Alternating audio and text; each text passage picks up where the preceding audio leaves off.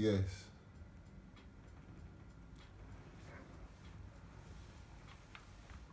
What is the right way for human population control?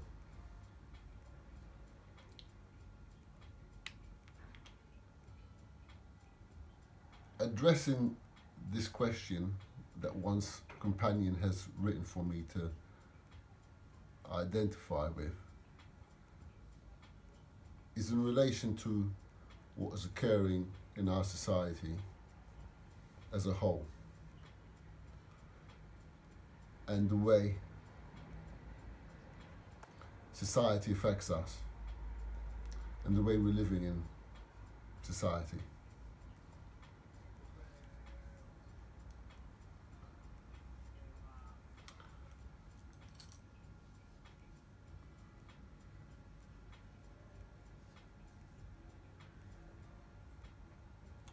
Practicing meditation has helped me to identify the appropriate way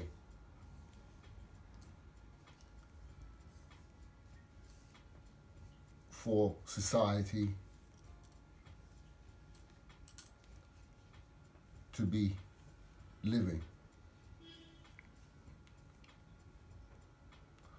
What makes it difficult for humans to practice the right way of lovemaking? Is the second question.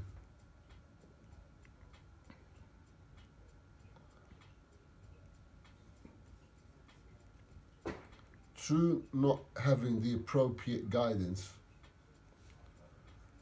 of who you are on a spiritual level and who you are on a creative sexual level,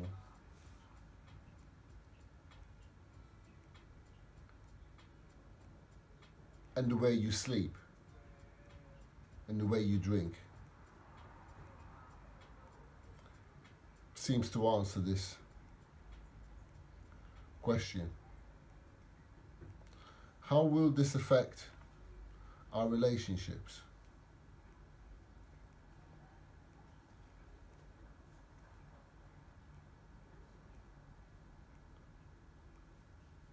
Once the practice of what one has already said in the question before is actualized, that naturally will help individuals with their companionships. How come the system doesn't want to educate people about lovemaking?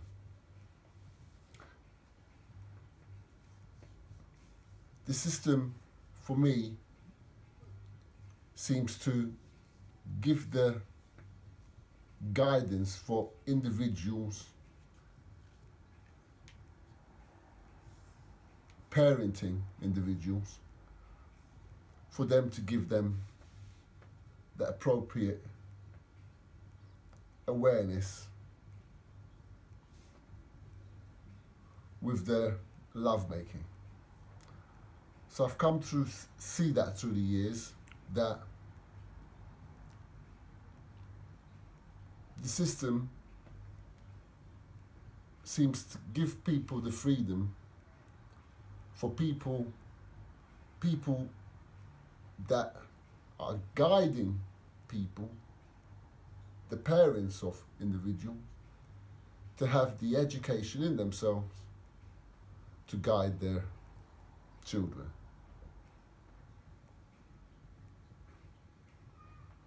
How do you rate the Tao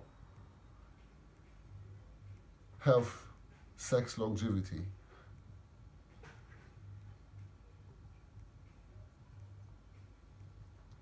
with people that arouse premature ejaculations?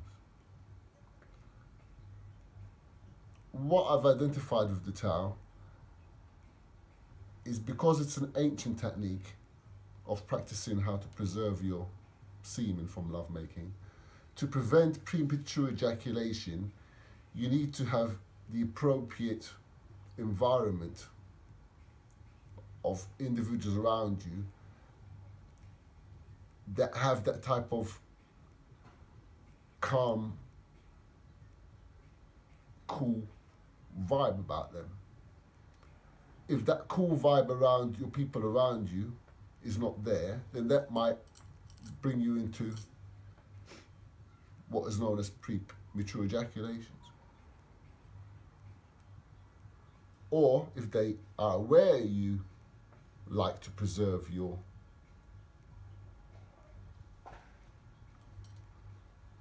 spirit when you're asleep, then they might look to heat you up for them to feel that they can get the adrenaline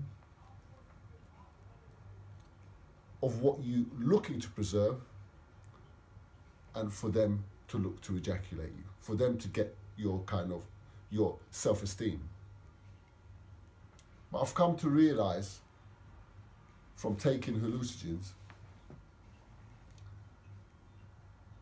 when I was on ketamine actually, while I was buzzing on the ketamine, and ketamine is a plant, a medicine that they give to animals to sedate them if they want to capture them. So I've tried the ketamine in the past, and when I was buzzing on ketamine, I got the realization that when individuals do heat a person up, premature ejaculate them, so to speak, as it's known, or wet dream, I've realized through practicing the Tao that it doesn't take away the spirit of you not ejaculating with the person you made love with. So it might take away the spirit of you having ejaculated in your sleep from being overheated or being aroused from your environment, but it doesn't take away the spirit of you actually maintaining from ejaculation with the person you made love with. So I was very pleased when one realized that with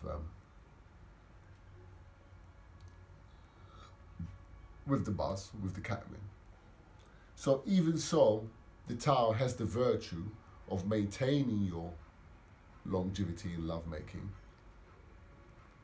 If a person does have an experience of premature ejaculations, the way one's experienced in one's environment from being overheated and such, I've come to realize once the temper has cooled down, or the anger from me anyways, times it gets angry from the experience, that I come to realize also that it also cools down the anger. The anger calms down when you've realized after a while that, okay, they've overheated me, they've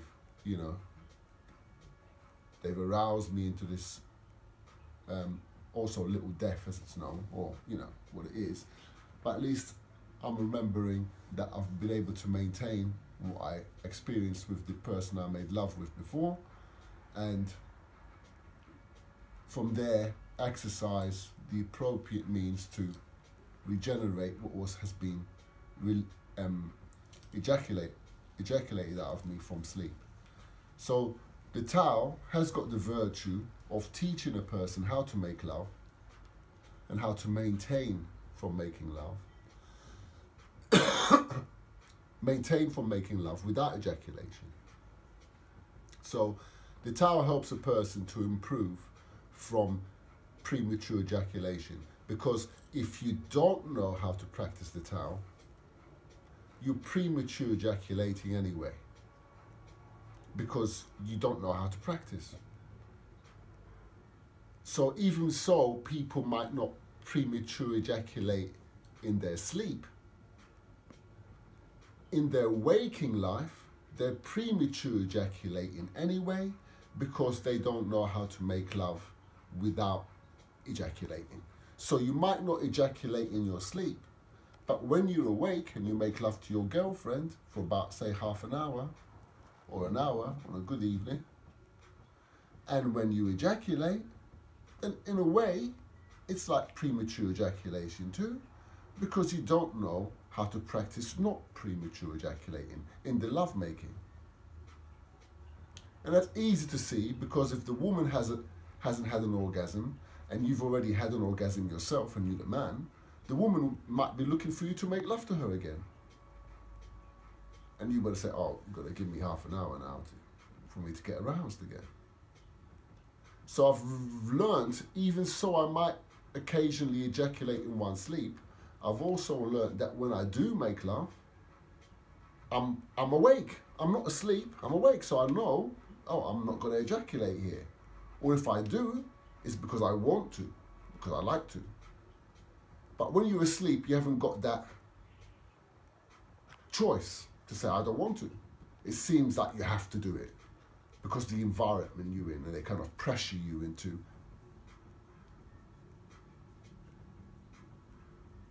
this type of overheated reaction. Be it what they're taking around you, what they're drinking around you, what they're eating around you, the people they've got around you that create or that bring in this type of destructive behavior.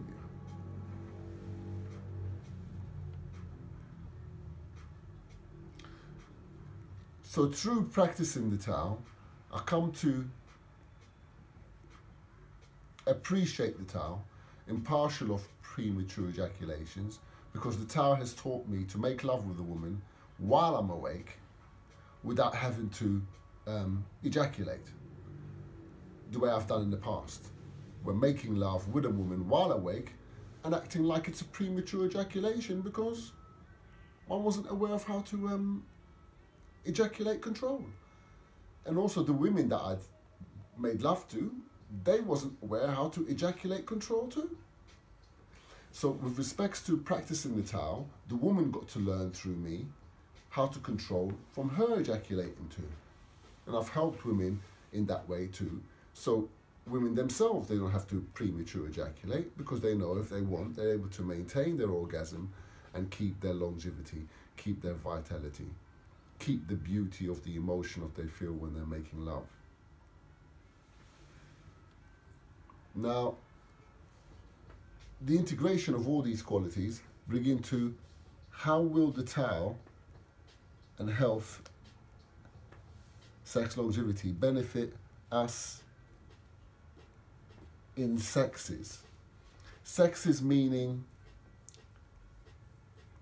collective individuals in all their various categories of loving. So with respect to heterosexuals, it benefits them naturally because they're able to, as they say, like the waves and currents of the sea. First one way, then another, but always in harmony with the great tide, with the great emotion. So for heterosexuals, it benefits them because they're able to keep in union, in balance with their own feelings together. Like fire and water, masculine and feminine, but not putting each other out, keeping themselves in a state of comfortable, lukewarm emotion in the lovemaking, not overheating themselves or over arousing what they're generating from their own lovemaking. So that's where is the clear quality that is presented from the Tao, from lovemaking. You're in a position to both generate the quality of the way you feel together.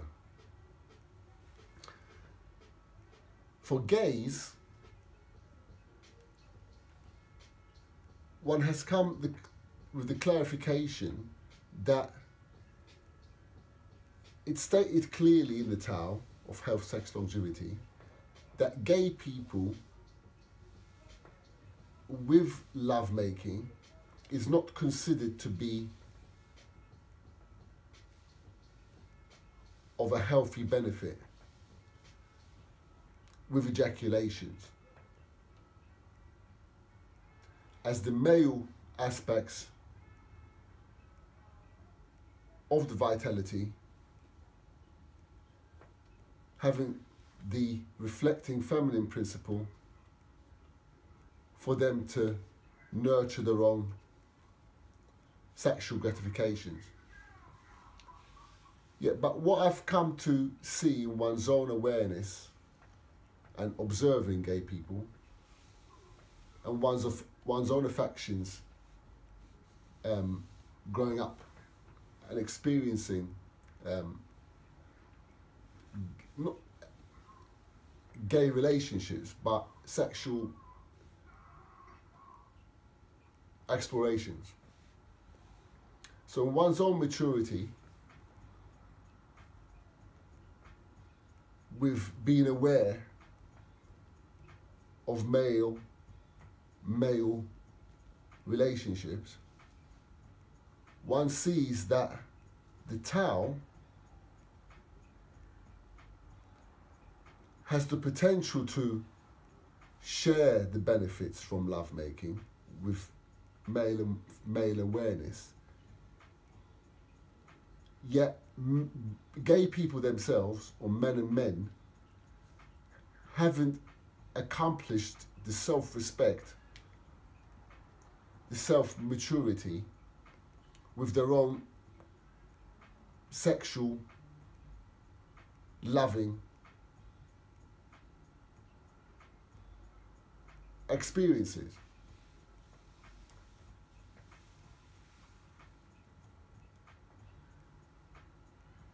And they seem to be in this type of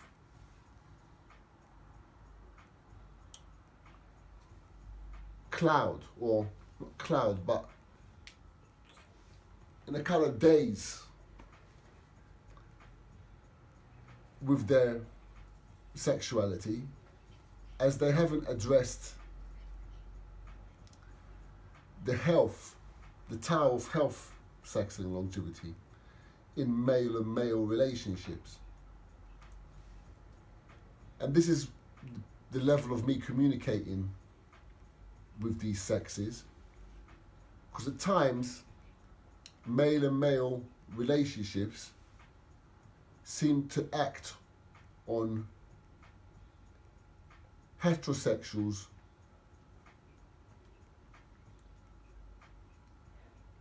presence for their own gay gratifications.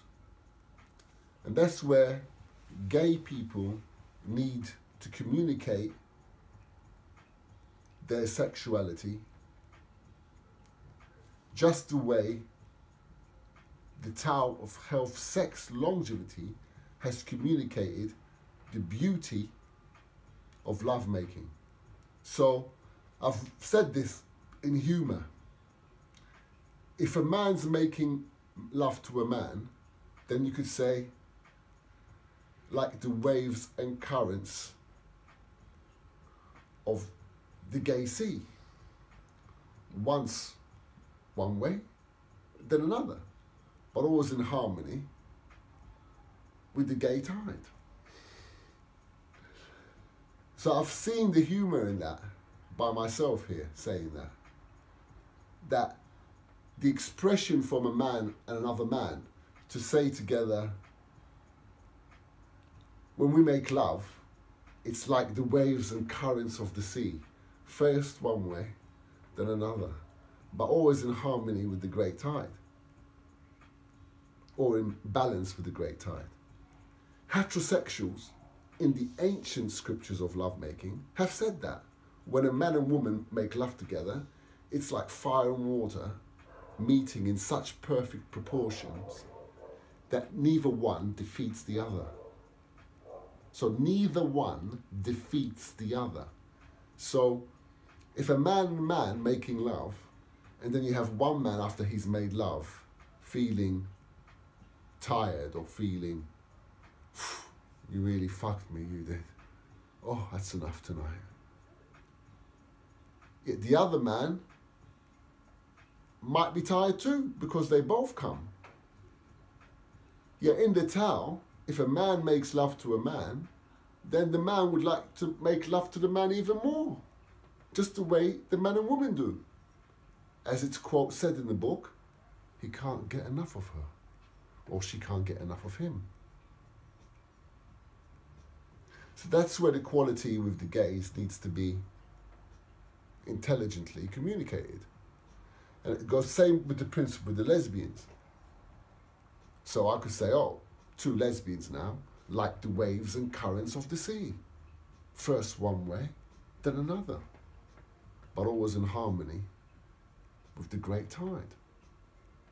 So that, again, in the lesbians, hasn't been respected to the heterosexuals. The lesbians are not saying, oh, thanks, heterosexuals. When we make love, it's like the waves and currents of the sea. First one way, then another, but always in harmony with the great tide.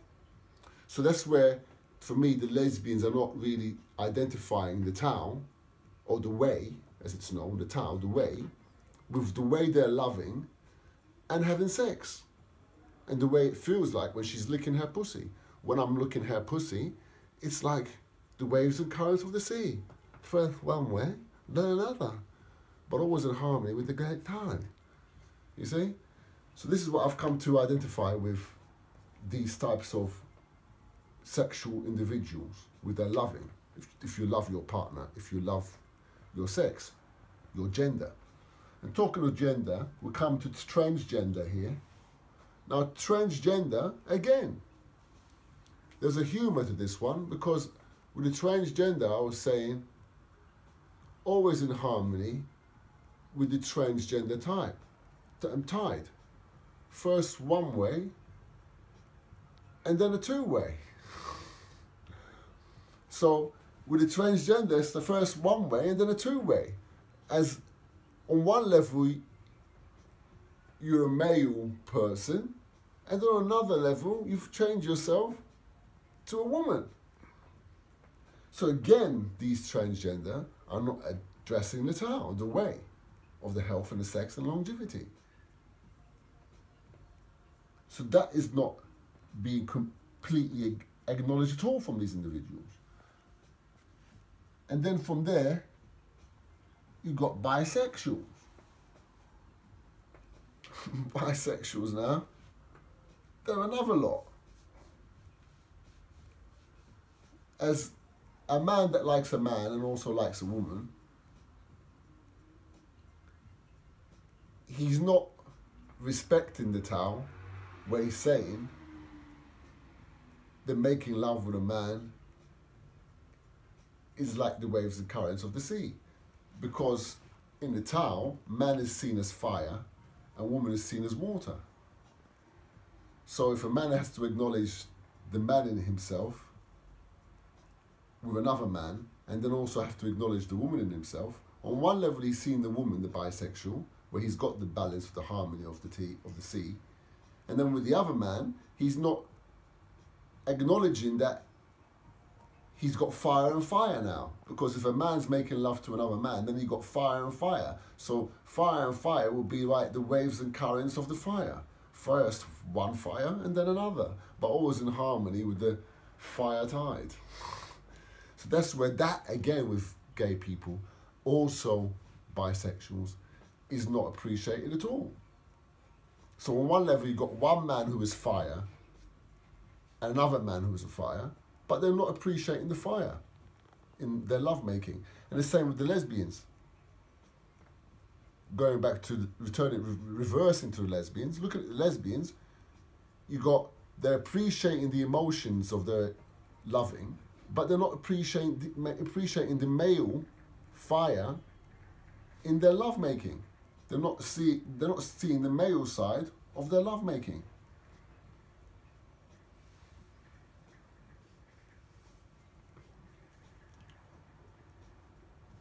And then here,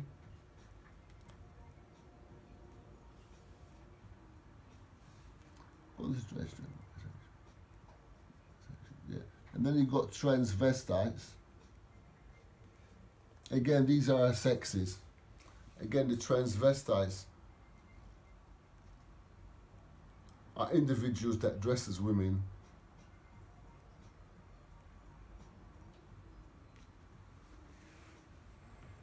These people, with respects to the sexes, are really individuals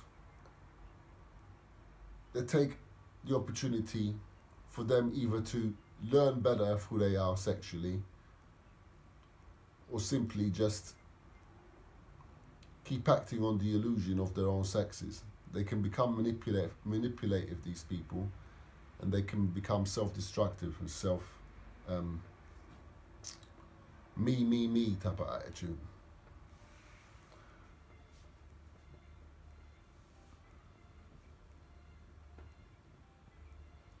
Yeah.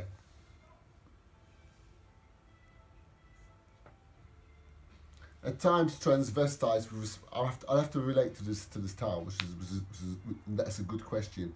To relate the Tao to transvestites, the way I've done with bisexuals, where they're not exactly identifying the emotional tide of nature around them. The same principle with transvestites, really, where they dress as women or women dress as men, yet they do not identify the actual balance of their emotions with the fire element. They seem to get blocked in, oh, I'm dressed as a woman and I look gorgeous. Because the majority of men, when they see a fucking ass and a bit of makeup, they want to fuck her. That's the answer from a transvestite on that one. And it's true, we are in a society, if a man sees a man dressed as a woman, he usually reckons he can fuck that. So that's the attitude of a transvestite. They're not really identifying the real natural beauty of a man dressing as a woman and having that type of quality of what it means to express your emotions like a woman and, or show that virtue in that expression. Also coupled with you being a man. And that's same with women, where a woman might go on like she's a man, yet she hasn't got the fire, the warmth, the loving quality that a woman gets from a man when they're making love. But there she is dressing like a man, and suddenly she just wants to go to the pub and get a beer. That's not what as a man's about. So that's the transvestites for me. The atheists, the ones who act like they don't believe in fuck all, I've come to realize with them that the ones that don't believe, they believe in not believing. So I've realized with the atheists, they make lots of money in the world. I've noticed that. Some of the atheists are multi-billionaires. And that's because they act like they don't believe. And the more they act like they don't believe, the more they make money from people. Because people reckon, oh, they don't believe, they can make us money. And they do. But they believe in not believing. And that they do believe. But they act like they don't believe. But they do believe. Because they research, they say, I don't believe you. They reach out the Bible, I don't believe you. A lot of intelligent people do this. NASA people do that. Well, they read the Holy Quran, they read the Holy Bible, they read the Bhagavad Gita. No, I don't believe in you. They return to the laboratory. But whenever there's a fucking mistake in the fucking laboratory, where they go? To the Bhagavad Gita, to the Quran, to the Holy Bible. The ones that don't believe. That's them out the fucking way. The atheists. Fucking jokers, them ones. Sadomasochists. Sadomasochists are an interesting lot. Sometimes one has that vibe where I can be quite aggressive to oneself, to one's environment. Sadomasochists, again, with respects to the way, I can relate this all to the Tao now, it's quite good the way it's coming. And respects to the way with sadomasochists is that these people, maybe from child experiences, they haven't been treated properly from growing up in their environment, and it's a combination. What I've noticed is sadomasochist is not something only in itself, it's something in the sense, in the name of person hurting themselves. It's also related to the lack of moral qualities that the person has become in this. It's a sickness. They've become in that type of sadomasochist because they haven't been given any morality growing up in their environment. And also what I've noticed with sadomasochists, they might have experienced diseases, sexual diseases, whatever, cleared from them. They've been through that one. And from that, without the moral conduct about who they are, they can become aggressive to themselves and individuals to help give them self-esteem, because they haven't been educated to value their own body and the environment they're in, so they react in aggressive ways to look to get that comfort from the environment. And if they don't get it, then they look for people that they feel that are weaker in some specific level, and they'll abuse them or hurt them for them to improve in whatever position they're in. And they're in a position to keep on repeating that because of that same repetitive self-destructive behavior. And only once they are able to be guided or be shown from this repetitive self-destructive behavior, that then they say, oh, okay, I've been doing this to myself because I've been immoral with the way I am. And they slowly start to having the memory of how aggressive they've been to themselves and to people. And they slowly start to say, oh, okay, now I see, I have to stop doing this to myself.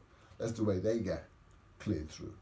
Through being aware of your sleep, being aware of your memory, of what you've done in the past, not saying to yourself, I'm going to do it again. You know, saying to yourself, I'm not going to be an arsehole anymore. I'm from this very moment. I'm not going to repeat that stuff. And you've got to keep affirming to yourself. Sometimes you affirm to yourself today, I'm not going to be an arsehole. And then half an hour later, you're an arsehole. So you've got to affirm yourself again. I'm not going to be an arsehole. And in the yoga, they teach you that. Sometimes if you feel guilty, you say it again, I'm not guilty. They say you say it 16 times for here because there are 16 subtle qualities that clear out the center. So if you do feel like you're an arsehole, you say 16 times, I'm not an arsehole, and that's it. And you move on. And you improve yourself. And I've noticed that once you say to yourself, I'm not going to be an arsehole no more, you notice your body feels better. Your body says, oh, I feel good now. Yeah. But again, you've got to do that without a person telling you, oh, come on, Kelly, you don't want to be an arsehole no more. Because then maybe Kelly might want to be a little bit of an arsehole because he doesn't like to be told he doesn't have to be an arsehole. So at times you need to quietly see in yourself, say to yourself, oh, from now on, I don't want to be that type of arsehole no more. And accept it, and you move on. And you're proving that, and you affirm that. And also what I've noticed, as soon as you say, I'm not going to be an arsehole no more, what happens? You have lots of women want to call you. Lots of women want to be with you. Because they know you don't want to be an arsehole no more. And they get attracted. They say, oh, he's not going to be an arsehole no more. Yeah, he's going to be good now. See, I've noticed that as soon as a man makes a decision that he's not going to be an arsehole no more, he gets lots of women wanting to be around him because they know he's altering his arsehole attitude and behavior. And that's when the man has to assert himself. I'm aware I'm getting attracted to all these women. All these women are over me because they know I don't want to be an arsehole no more. I want to improve myself. I want to start being aware of myself when I'm awake, when I'm asleep. And they know that, and they're getting all over me. And that's it. And we move on with that one. For the sadomasochist, I would say to yourself, I'm not guilty for what I've done in the past. From now on, from this very moment, I'm not going to be this type of arsehole no more, of hurting myself, hurting people. And I keep on affirming every day, I'm not going to be this type of arsehole of hurting people with what I say or the way I behave or whatever. I'm going to repeat, and you clear that way. I've noticed that one with sadomasochists. Immoral perversions, and again, is coming from being brought up without having any moral guidance of who you are from your parents and all that. So that way, you get into these habits of having these types of, because it's called immoral. I call it immoral perversions because if you had morals, you'd be able to look at stuff that's sexy and it wouldn't really bring you down. But when you haven't got the morality then you can look at something that's sexy or that's attractive and it can bring you down because you haven't been educated that it's an attraction to put you down. But if you've been educated to show you that what you're looking at is to actually put you down, then you can say, I can watch this shit. I can watch this shit all night. Because you know that shit is supposed to put you down. And you can handle it because you've been educated. Or it's supposed to attract you, and you know, if you want to have a little goal, a little attraction to yourself, you can play into it. But if you haven't had that moral education, you can watch that and you start, you know, getting too aroused or whatever. You get all tangled up in it, so to speak, because you haven't been educated that it's supposed to tangle you up. It's supposed to for you to get your dick out and stuff, having a little wank now. You're supposed to do that. It'll even tell you, you're supposed to be having a wank now.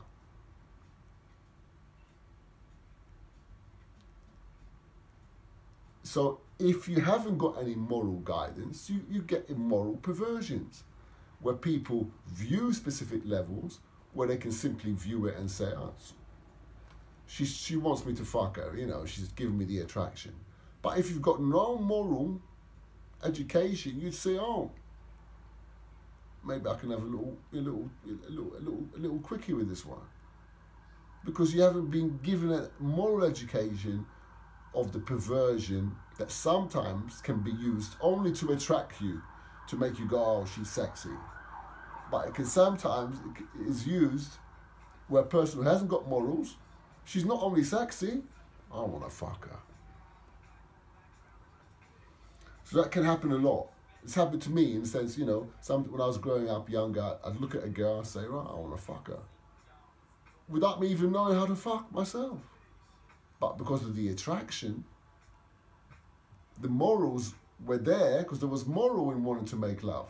But there wasn't the morality of how to know how to make love and how to sustain it and everything that comes with that. And a lot of that happens with men. Also with women, where they have the attraction, the moral attraction, but they have also the immoral behavior from their attraction. When they make love, they ejaculate you, and it was a good night.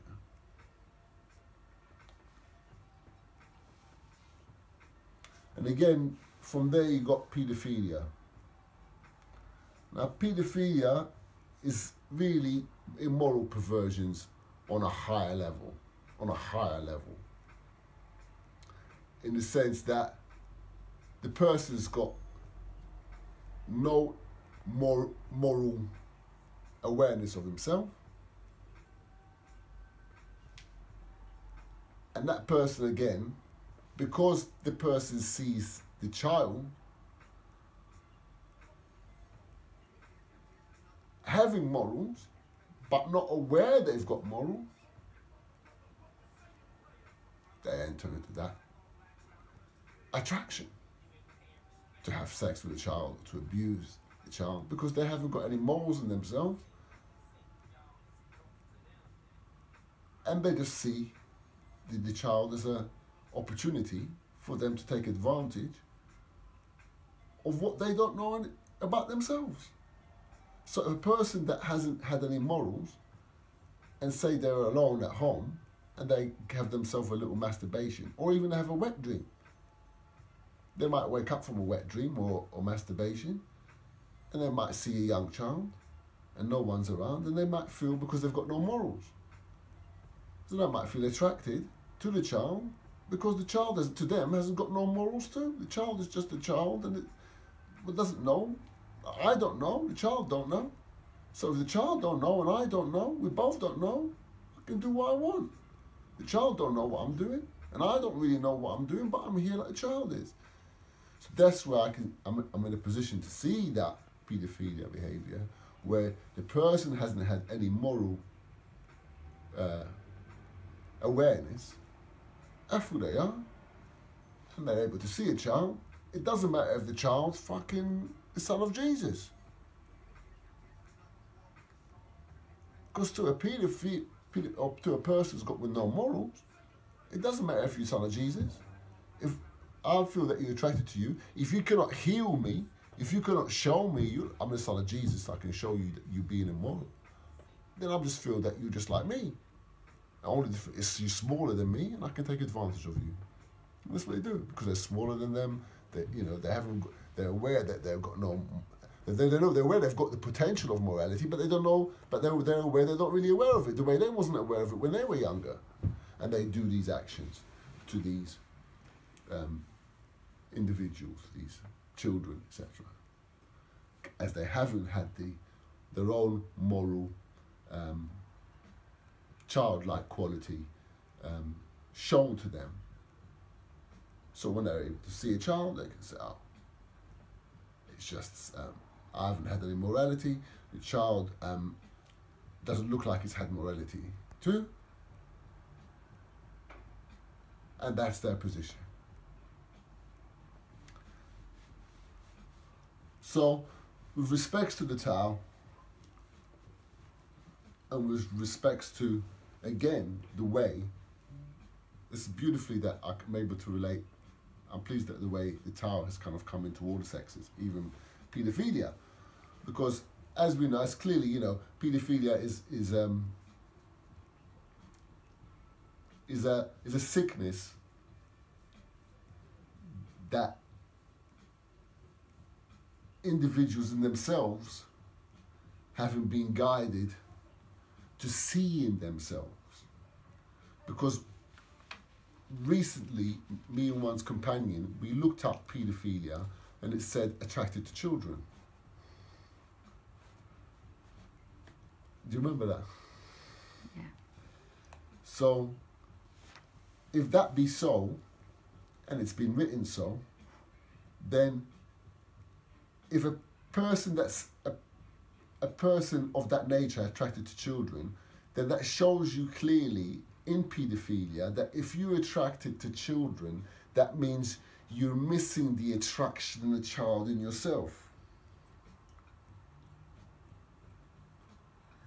And through missing the attraction in the child in yourself, you have the attraction in the child outside of you. So that's where the person that's called a person that's attracted to children needs to be attracted to the child in themselves. That way, that will be the cure for the sickness of them being attracted to a child that is somebody else's, or even their own child. And that's where they need to address looking at their own child in themselves and loving that person. Thanks very much.